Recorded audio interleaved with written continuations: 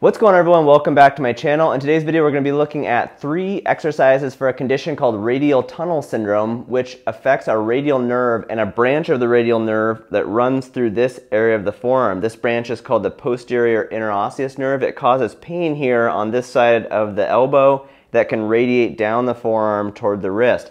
So if you've been diagnosed with radial tunnel syndrome or have pain that kind of travels through this region, then the exercises in today's video should help you. All right, so when we're thinking about radial tunnel syndrome, there are a couple of things we need to rule out, other diagnoses that could cause pain in this region. One is tennis elbow. Tennis elbow affects our wrist extensor tendons, which attach way up here on the bone, so the pain will be up higher. Radial tunnel syndrome, again, will be down in this region and will refer down. The other thing is that issues in the neck, specifically at the C6 and C7 level, say you had a disc herniation there or spinal stenosis, though that level of the spine can also cause pain in this region. So if you've got pain there, you can try these exercises. If you're not getting better, then you may need to go see your doctor or a local physical therapist to see if it's something at your neck or maybe it's tennis elbow. I will also put a link to a tennis elbow video down in the description if you want to try some of those exercises. So for this first exercise, what you're going to do is sit kind of with your back toward the wall here, and we're going to perform what's called a wall angel, which will help to mobilize our shoulder and the nerves that come from our neck, run down through our armpit and down our arm, including that radial nerve. So what you're going to do here is put your arms, your back against the wall, your shoulder blades against the wall, kind of tuck your chin and put your head against the wall, and then you're going to slide the back of your hand up the wall and all the way overhead. You can do this exercise standing against the wall as well, but I actually like the seated version. When I sit like this, it kind of locks my low back out. My lumbar spine, my hips and my low back are held in place, which means I can't compensate. Sometimes when people do this in standing, they'll arch their low back and as a way to make up for limited shoulder mobility. So if you sit like this, it really targets the shoulders and, like I said, all those nerves running through the armpit region and down the arm. So go for 3 to 4 sets of this. You can do it periodically throughout the day. Say you work at a computer, you could do this every hour or two, run through 10 reps like this. It will help to improve the health of the nerve and to reduce pain. Okay, so that is our first exercise, a seated wall angel. For the second exercise, we will stretch the wrist and finger extensor muscles. Another thing to note with radial tunnel syndrome, one of the tests for this is resisted finger extension of our index finger. So if you put your arm like this and resist, so you try to push down with your other hand, if you resist with your index finger, that will often reproduce this radial tunnel syndrome pain. So you can try that as a test. And then when we're thinking about these finger extensor muscles and wrist extensor muscles, they run through this top side of the forearm, and they are essentially what compresses that radial nerve. So we can stretch the area by putting our elbow out straight and then bending our wrist into flexion and our fingers down straight, and then we'll use the other hand to basically pull the wrist into flexion. As I do that, it stretches the extensors here on the top of the forearm.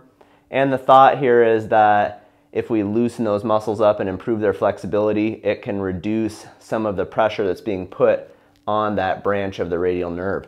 So give that a try. For stretches, you're looking at holding for 15 to 30 seconds and performing 2 to 4 times throughout the day. It's one of the ones like the last exercise you could just do several times throughout the day. Whenever you feel like you're getting some of your pain back, you could just come back and stretch again. So that might mean every hour, every couple hours, you do this stretch to help relieve symptoms.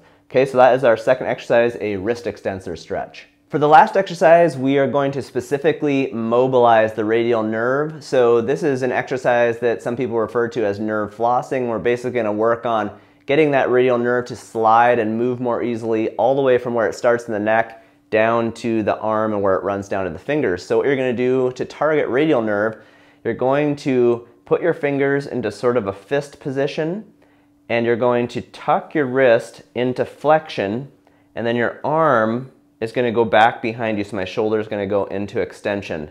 Now when my wrist is like this and my arm's back like that, it's going to put some tension on my radial nerve. So when I'm doing that, what I'm going to do is bring my head towards my arm. This loosens the nerve up here where it's coming out of my neck. And then I'm going to do a little dance where I'm going to move back and forth. So then when I move my neck away and I tension the nerves here, I'm going to bend my elbow and extend my wrist, which puts the nerve on slack at my arm. So I'm just going back and forth. My head goes towards, and then my arm goes down, and my wrist goes back. So stretch the nerve. That's pulling the nerve towards my hand. And then when I go this way, it pulls the nerve towards my neck. So I'm just going back and forth like that. This is called nerve flossing because it's sort of like you imagine pulling the floss between your teeth.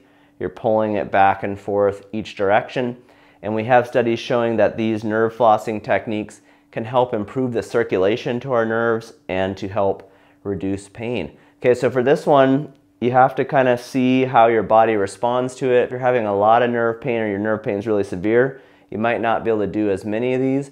But typically I'll have people start with 10 repetitions. When they're done, just kind of shake it out, see how it feels. If your nerve flares up, then just dial it back. Don't do quite as many. If you do okay, then like the other exercises, you could do this every few hours. When you start noticing your pain come back, just go back and kind of mobilize it a little bit and see if you can help reduce some of those nerve symptoms.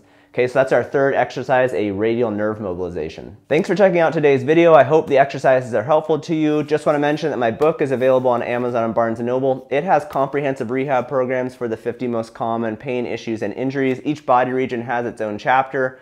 If we're talking about something like radial tunnel syndrome, you could go to the nerve pain program in the neck chapter in my book. This program, like all the other programs, is going to take you through 3 phases of rehab and have pictures of me doing all the exercises.